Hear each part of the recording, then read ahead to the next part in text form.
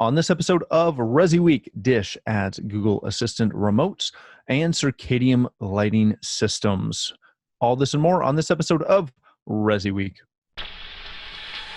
The network for the AV industry. What are you listening to? This is AV.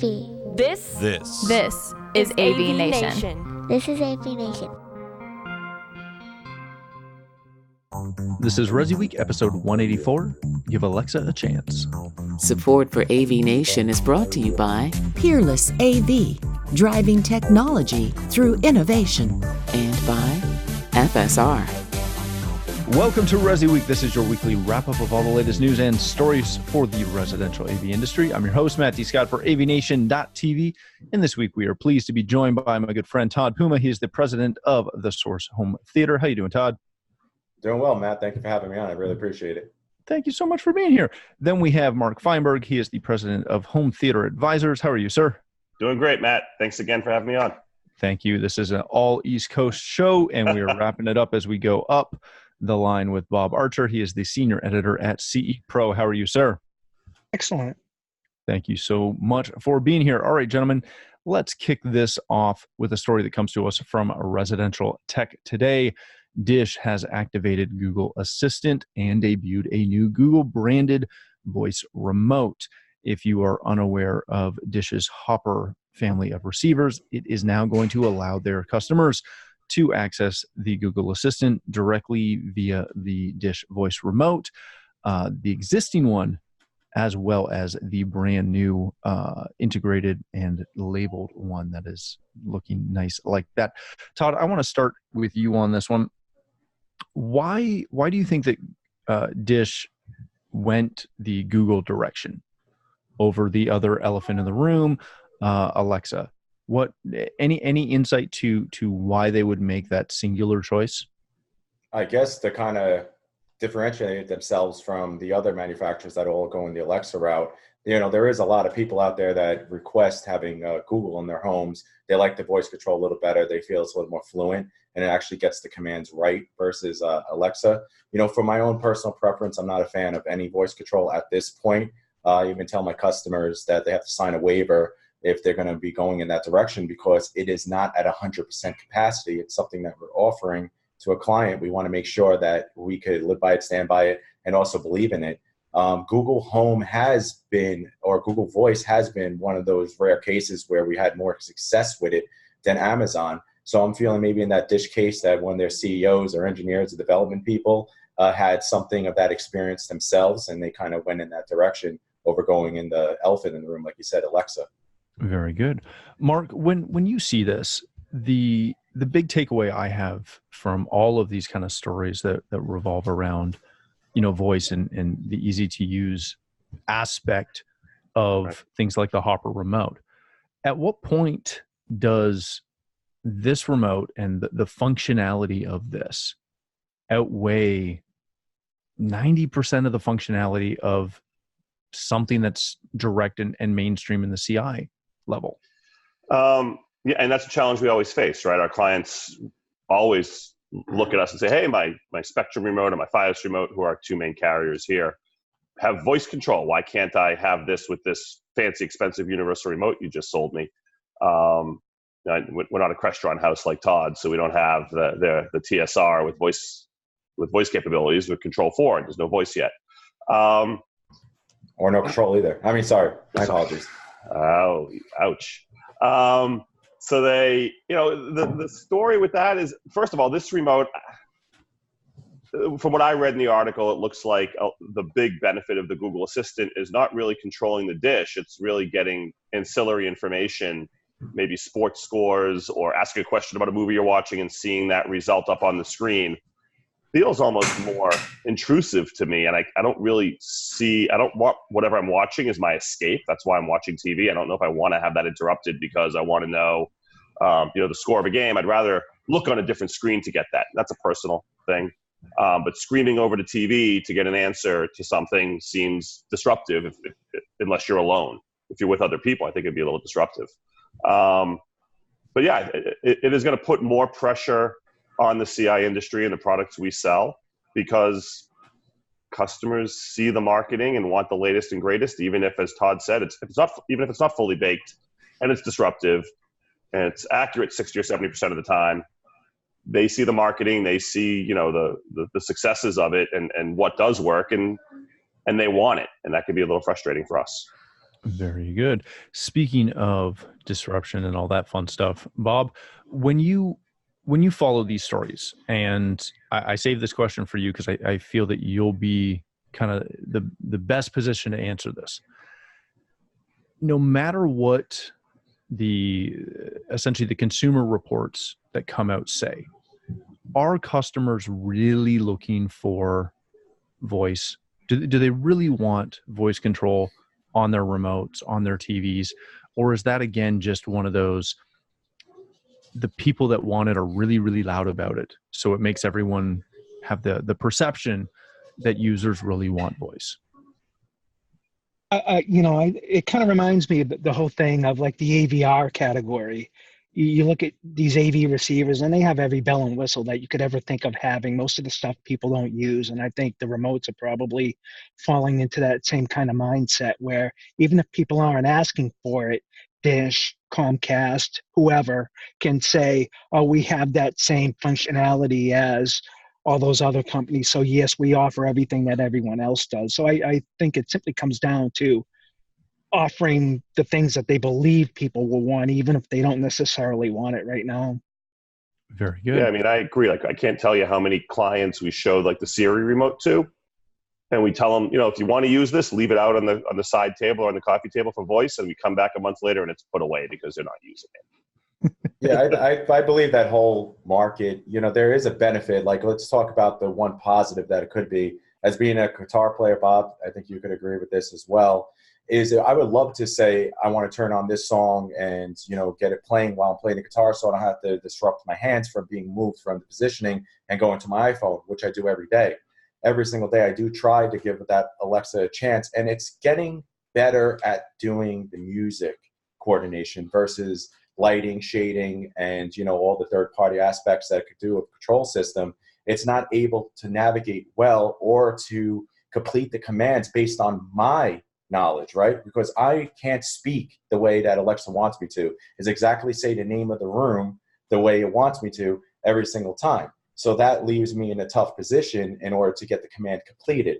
Now, our customers, they're going to feel the same way, but when I guess you're introducing it more and more to the bigger parties like Dish or DirecTV and, Verizon, and the list goes on, that's more of a chance for them to get better and to grow in those categories, which maybe later on down the road, it could be something that I'm utilizing more often, and I'm hoping to utilize more often for the sake of my customers based on every request. As Mark was saying, marketing sells and marketing brings customers to us, but sometimes we're not able to deliver based upon the lack of equipment doing what it's saying it's going to be able to do in all categories that they supply it and market it as able to do.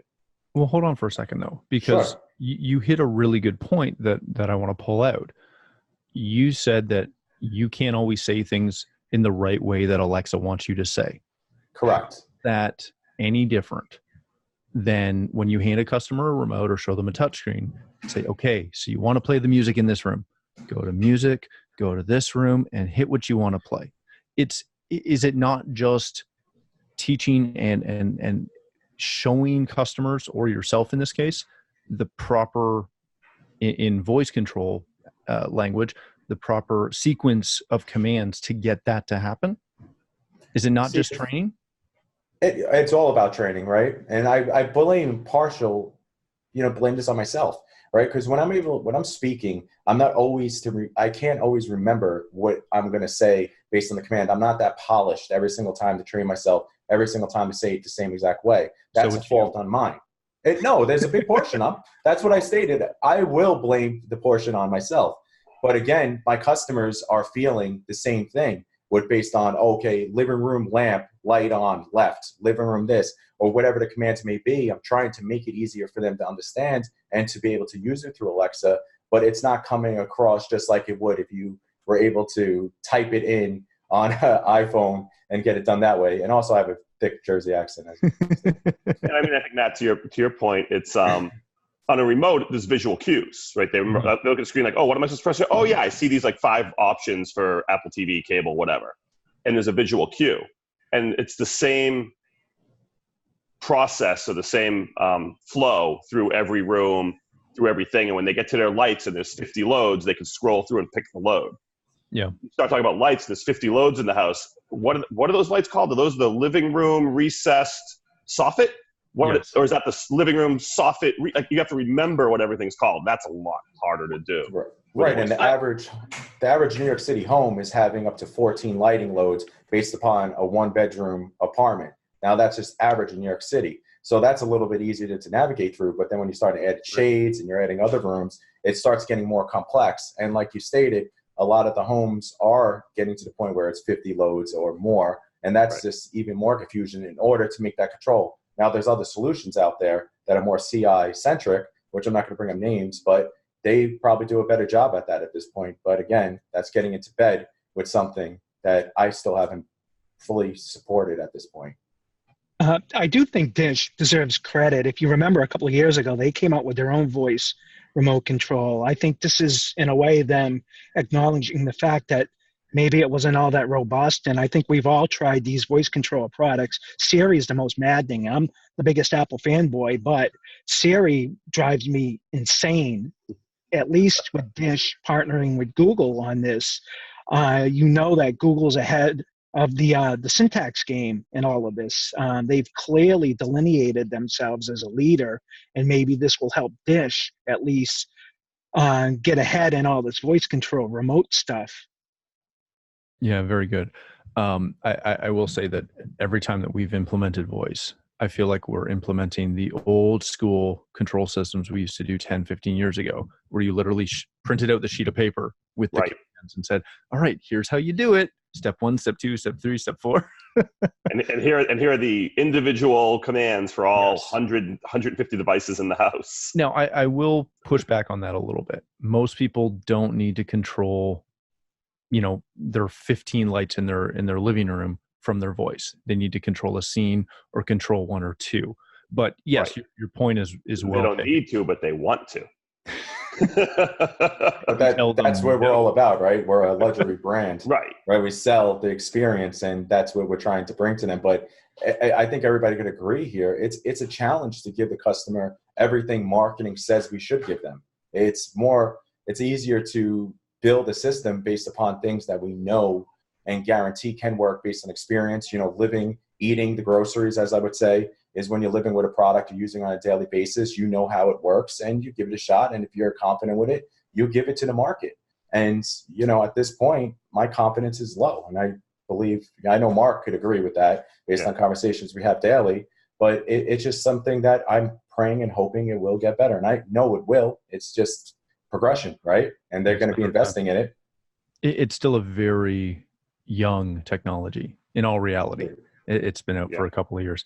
Speaking of lighting, since we went down that rabbit hole, let's go down another one. This one comes to us from CE Pro, Human-Centric Lighting. Show us the circadian algorithms. This is from the one and only Julie Jacobson, who has been all about biophilia and wellness these days.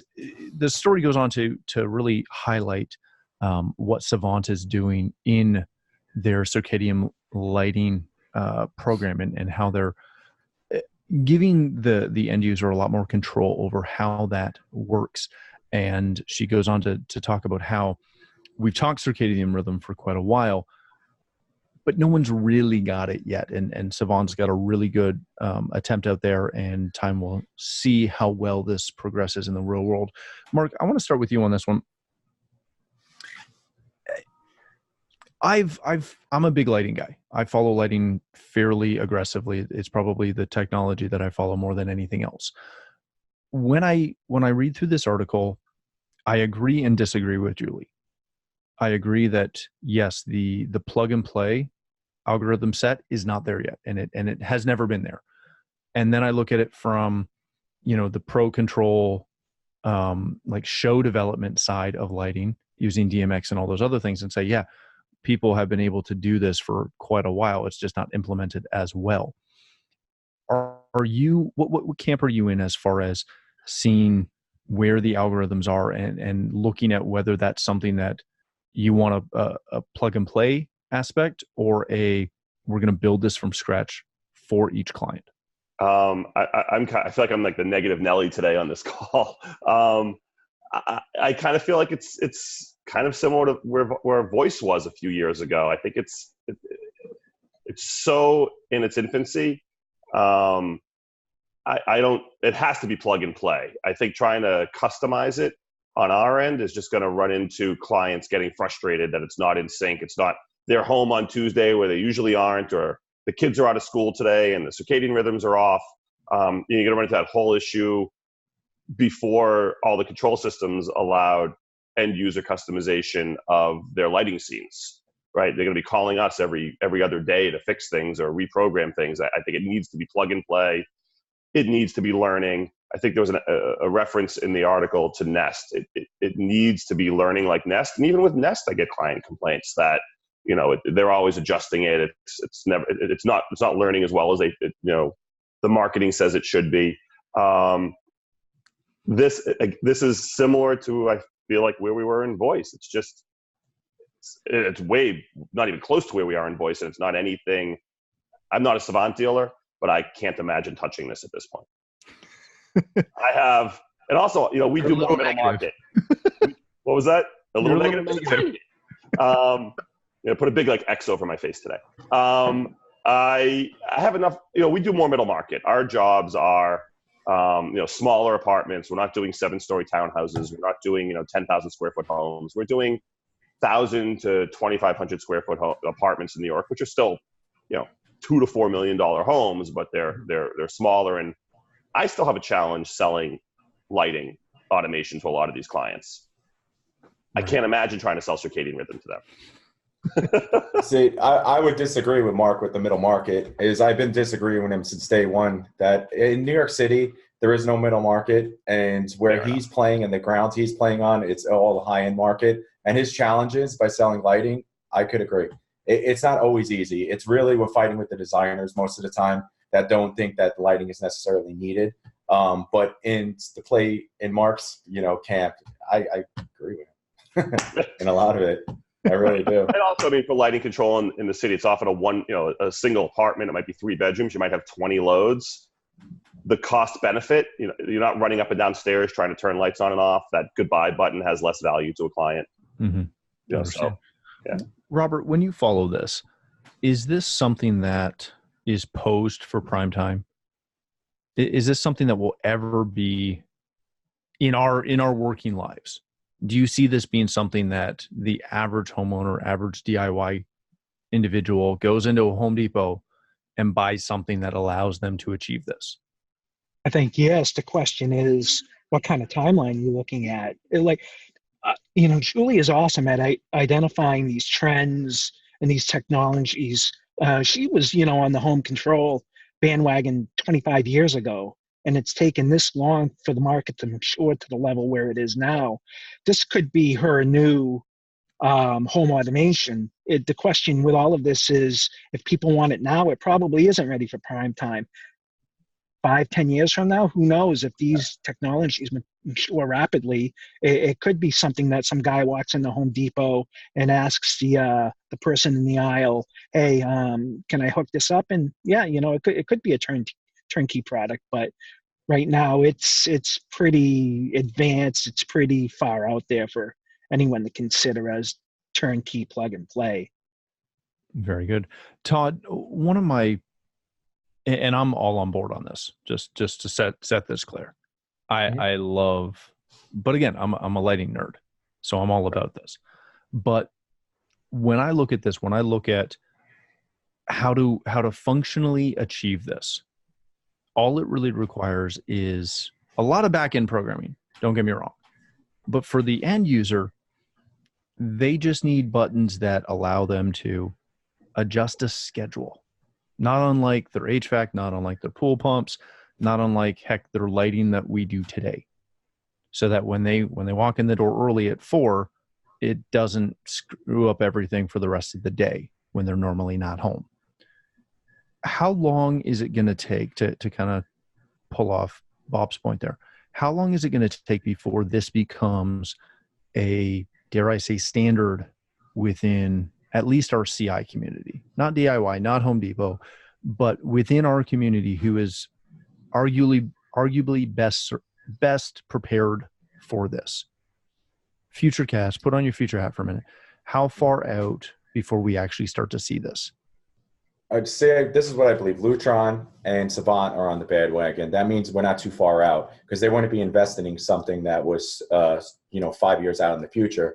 What I believe is that this is something that would probably be implemented or being brought up from customer base fairly soon, within the year to 2 years. Lutron, was it Philips Hue and all those other manufacturers came up with something similar. You could change the light based on the mood, change the colors of the LEDs. Customers understand the LED strips, and they're getting more involved in that. So I believe they've been already introduced to it, and now this is at a bigger scale. This is at a whole house scale.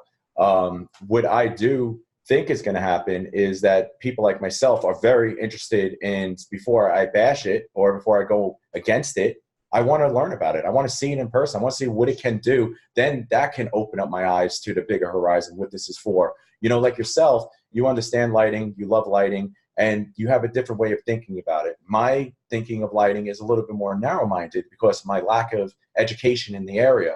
But something like this, when Mark and I were talking earlier, it's something that could be extremely problematic or something that's extremely profitable. And as a business, this is what we want to do, right? We want to be able to keep ourselves as a value. Okay, what do we offer? All right, TV sales down.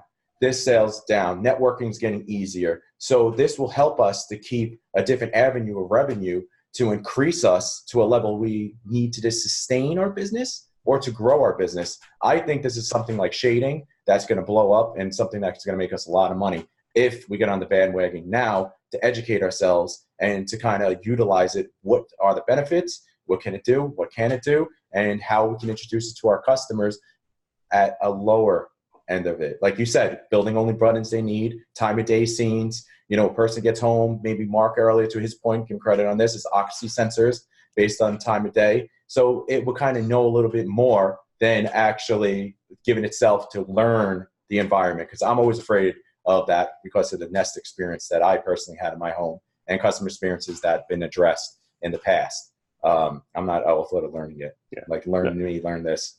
But I agree with Todd and Robert. I mean, I think in that, if you're looking in that 3 to 5, 6 year range, I could see this becoming more of a little more mainstream. I was thinking more in the 1 to 2 years is where I was getting that negativity. But if you look a little further out, where this becomes a little more mainstream, I think it's probably to start out. I see it coming up maybe a little bit more along the DIY route.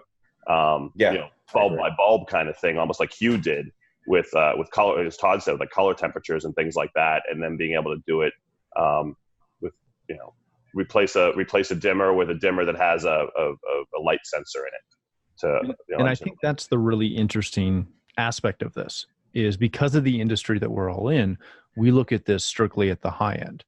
And hey, how do I throw this onto Homeworks or onto C4's panelized system or Crestron's panelized system? But when you look at, if you step it back a minute and look at where the first control for LEDs, and not traditional LEDs, but RGB LEDs, color LEDs, and color shifting, that was being done in all of our mainstream platforms that we use, but it was really expensive and really, really complicated. Hue came out with a bulb that for $220 in an app, you could control everything and do it simply. To me, that's the one thing that this Circadian concept will always have an ultra high end standpoint, but I think it's the really innovative companies, and honestly, probably a smaller company that's going to jump on this, say, "Ooh, we can do this, and we can do this like this," and they'll think about it in a non-traditional way and bounce something out, kind of a la the lines of obviously Hue or Nest or something like that. I think it's going to be really interesting to watch. I could agree with that 100% because Hue helped me to sell more lighting control. Hue and brands like Sonos helped me to sell more parts in the audio distribution. Even Fios, when they came up with their multi-room controller and how they're able to control the boxes, that helped me to sell video distribution with the Apple TVs and miscellaneous other third-party parts. And this is something that is going to be able to help us grow in those areas, and also another avenue to educate the client. There's a part in me where I was always against the DIY products because of fear. I was always afraid that the DIY products got so easy, I was never going to be needed. Mark always bashed me, and Mark always told me, listen, you got to change your mindset and try this and try that. And you know what? Ever since I've been trying brands like Eero, which is my favorite brand right now, Sonos, which is one of my go-to media servers, and other third-party brands that Mark introduced me to that I was pushing against, you know, I was kicking myself in the butt now because I could have made so much money throughout the past if I wasn't so stubborn and narrow-minded. And this is another avenue where it's like, you know what? I want to learn it. I want to be like one of those integrators that are making hand over fist because they're trying new things. They're able to engage into the new, just like Crestron Home. Just like other party products, it's getting easier to program and easier to set up, which is a benefit to our customers because they're paying less for programming fees, and they're also getting a better solution that's supported 100% by the manufacturer, and getting in, getting out, and as Rich Fregoso say, getting paid. That's the key to all this, and everyone's happy in the long run. That's 100% the key. All right, gentlemen, let's leave it there. Thank you guys so much for joining us. Bob, if people want to connect with you, learn more about CE Pro, where can they do that? They can go to cepro.com, or they can find me on Twitter too. I hate to say it off the top of my head, I'm drawing a complete blank on my Twitter handle, but it's out there, so I'm easy enough to find. Very good. Thanks again for being here. Mark, if people want to connect with you and learn more about Home Theater Advisors, where can they do that? Old school, Mark at hometheateradvisors.com, or just the website hometheateradvisors.com, and Facebook, facebook.com/hometheateradvisors. Very good. And Todd, my good friend. Bob, I can't remember my Twitter handle either. I think it's either HT Advisors or Home Theater Advisors. I can't. Yeah. Just follow them both. We'll help, Exactly. help somebody else out as well. Thank you so much, Todd, for being here. If people want to connect with you, learn more about The Source Home Theater, where can they do that? They can find me on all platforms. Very simple, at The Source Home Theater. And that's all you have to do. You'll be able to follow anything my business is doing. Beautiful. Excellent. Thank you guys again for joining us. If you'd like to connect with me, you can find me at Matt D. Scott on Twitter. And more importantly, please stop by AVNation.tv, where you'll find this show as well as a wide variety of other shows with all the verticals that we cover. When you visit the website, please take a moment to check out our supporters. We are extremely thankful for their support and ask that you support them as well. Thanks again for watching. That's all the time we have for this episode of ResiWeek.